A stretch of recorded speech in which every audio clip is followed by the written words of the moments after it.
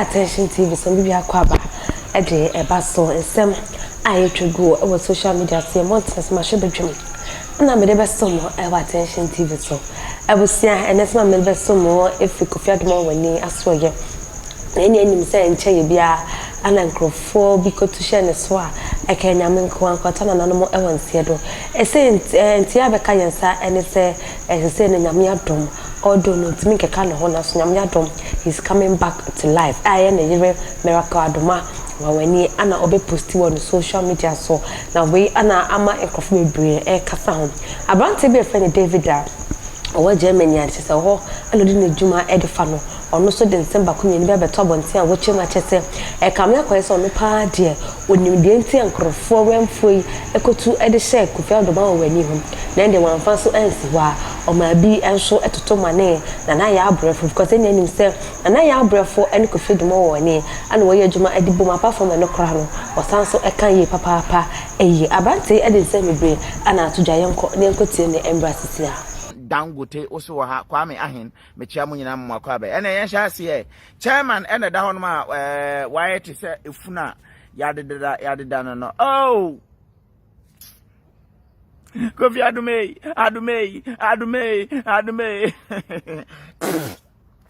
Adoma me can want you Kofi Adoma oh boy we say baka ya enche kra na de ne ho asem ba betu dwa na asem a ekoso nyina mpacho ene nsem no make kan fra front no bo modian na ye den na gina so ma me wa me pa wo pa ada na me yi etan sa na me hwe what is wrong with it then na etime ten nkwase aten sa aha ya de we ya ntimo ma me miem okay me da se bibia ye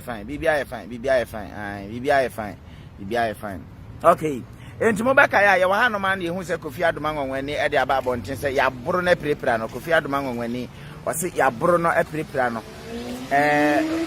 bua ye bo no nyina no ene me baba be kire no e koso Josiah TV o se David good job me da se Josiah me da se papa Elvis anoche me da mu nyina ma se motemen kan me nkoso mimie gya ne enko ana mimie gya ne enko yanim ene na ne tie nie Kofi Adoma ngonwani a o ma yete se enkrofo bi akọche no abro no ewo kwan ba bi no ono ena nne ente ya yensa aka ne se wonyanwi yeguso a yehwe kwan se nananom behu ne mobo amana tenase na mmo beba no na ne kon aye too safe. Listen to me, I am not joking. Men fa hone ne otowa obeka say David ena ne ususuma obi no wan hwe na about so ena ne say media men pa ya mebo nyina ne say Kofi Adoma ngonwani se mo beka ya go back to my old videos mo amoya bloggers ya mo pese mo didi ye ho no has ina kwa ye wad na wakowachi be 1 year enya afimu ani shara igala mechia pa fera igala mechia Frank Bennett mecha Usu Bright mahumu nyina Jemfi Joseph mahumu nyina enka bloggers ya mo amhwe ye bloggers ya mudidi ya hu bloggers ya ye video to wona mofa ba ko a na ene na millions na mamaduane di no se si bloggers obi a choku omo tese ye bete se yes David o dey ma breaking news bi mara se si ase ohini David akọ Ghana no kokoduru Ghana no yes airport wa ena airport attendant no baako ana say airport workers no baako bro otumfo alarm say ohini David abawo ya hu ba bi omu free no otumfo nkrofo be grab omu grab ohini David yesi ebro ya bu na papa ne shu ana ni nyina tutu ene odramika only the first person e ba sa so a wunim obia ne caption ode be ma Ghana for Dara kache igara shara igara Dara kache me te wonka che me ni baby awo Jaban Bismarck me che papa uya me follower Dara kache ne o se oye shara igara me che awa me nua enkomo e ba be die no e na ma sha ase no ye twan san ke benya David ne yede ne breaking news aba da bi me de mabo Kofi Adoma nwanwani mabo ni dua Samobakaya last year. Hello, all is good. Last year, oko United States of America went me and the benefit ya even unemployment for Ensakano where afa ma metuja excuse me, mama me no musu na ndem won se ntimi de musu aba. Kasa wantu na me minim Kofi Adoma nwanwani wantumi ankohu ade papa e wo US intimate say Adoma nwanwani aba waba US wabetwe ne camera e de ato abonten wono ma ya akohwifo mo ba mo mpɛbrɛ wo mo mpa adwuma na mo de akohwibrɛ si o mani so akohwibra ni bi ni say wo mo sori a wi nom ensanom white powder no mo hua ne ade no saa nkrofo no wo mo da abonten a wo mo dan kro mo mpem mo na ho mo mpɛ mbeda dan mu no saa nkrofo no okotwa mo de aba begu mame nka asem kyerɛ wo Kofi Adoma nwanwani oye NPP ni underground womo saa nkofo bi te se Kofi Adoma nwanwani na na abrefo no ne saa nkofo no omo ye nkofo bi a omo hihye party ase ode omo de party a wo beba wo be police ka no okọ ne show no so a na wa hwe na ya abrefo a hwe ne wi de wa ye kase te se ntwa no wa ye se ntwa ama ntwa wono nano du akiri womo na omaka news ama womo news no ya to ne din se kasebo is tasty na adomfo age afa enti ne say nipa ne say wo ba na ba ma ne bibi kakra de hye mesra mo hye video no ne ye kwa no no wo ba ma ne bibi kakra wa kwa all can news no on hye on mo wachi da sana o de say enkofo we o mote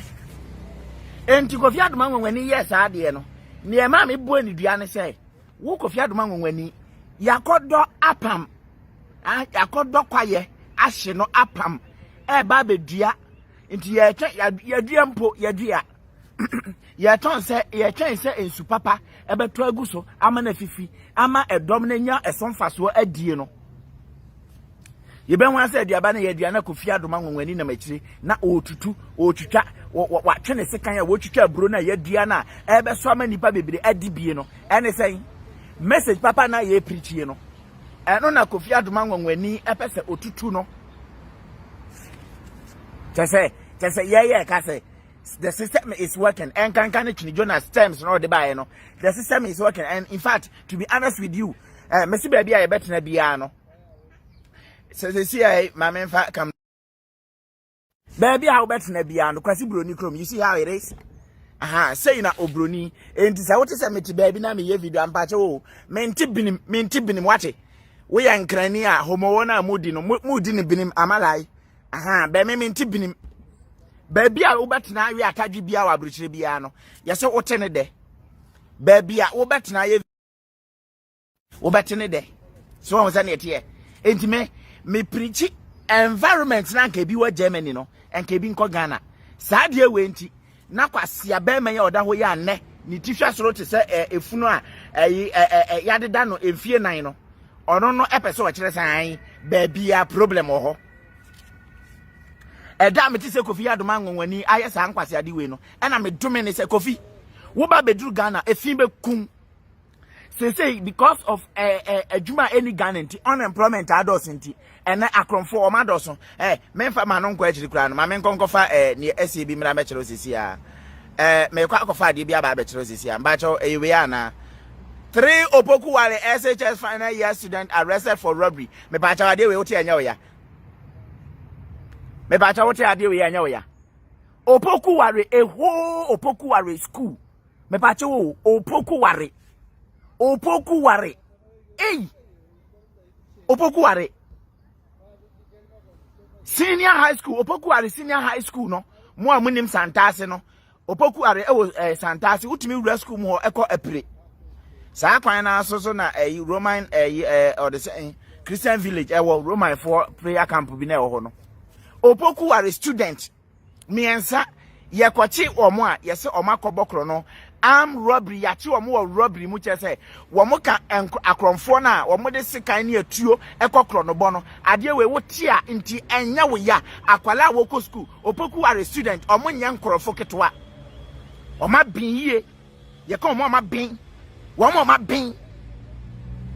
ewa disuam womo ma bin suku agidin na kwa nanim a me pa cha wontumi nkonya Opoku Ware ho prempeni Opoku Ware nie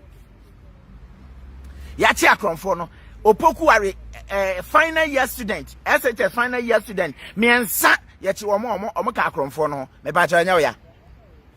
enti me bo Kofi Adoma ngwani dua se Kofi ade we ya ye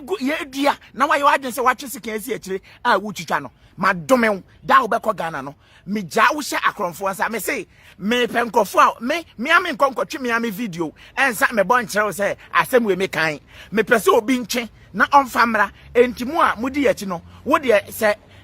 bloggers konko lelefo no se omunye mpo a this is what I want you to do mommo de na monko go back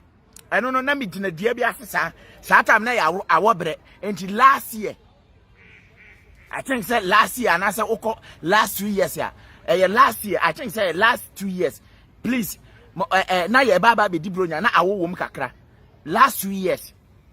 Which is 20 I think say 2020. Mama madina monko mochi na monko twe sami video no ma wo say literature apia twum. O say I remember that video David. Me di na papa. Catch and send se pacha. Me di na papa. And I'm a boni diagu so say wo Sadie ya wa yenti mi jauma efin a wo Ghana enti me di abo entom fim o me di abo entom fom da me se me ya obone abo medua tie me ya obone abo medua me asetema me na mi o da da kru me nya abotre ne ya di abrabo mu so nkomo kakra be na de yenka na ho me fom wa enfa nche me edua bia wuni mbusum bia abusia David ne se mo de beta bonte abochi ma chese e kam ya koye se de nyamya papa eye se Kofi Adoma wani ne ho etonwo na omedwi onim de nti a enkofo ekotu share ne so ana de abeso mo e wa attention TV so ma me ka o se number no e 05483029885 mina e University Foundation friend no ni di nkomo enfa janka mo bro wani wani bie kuna folk na ni na bibia entodi aha attention TV so mama ni hwa maniti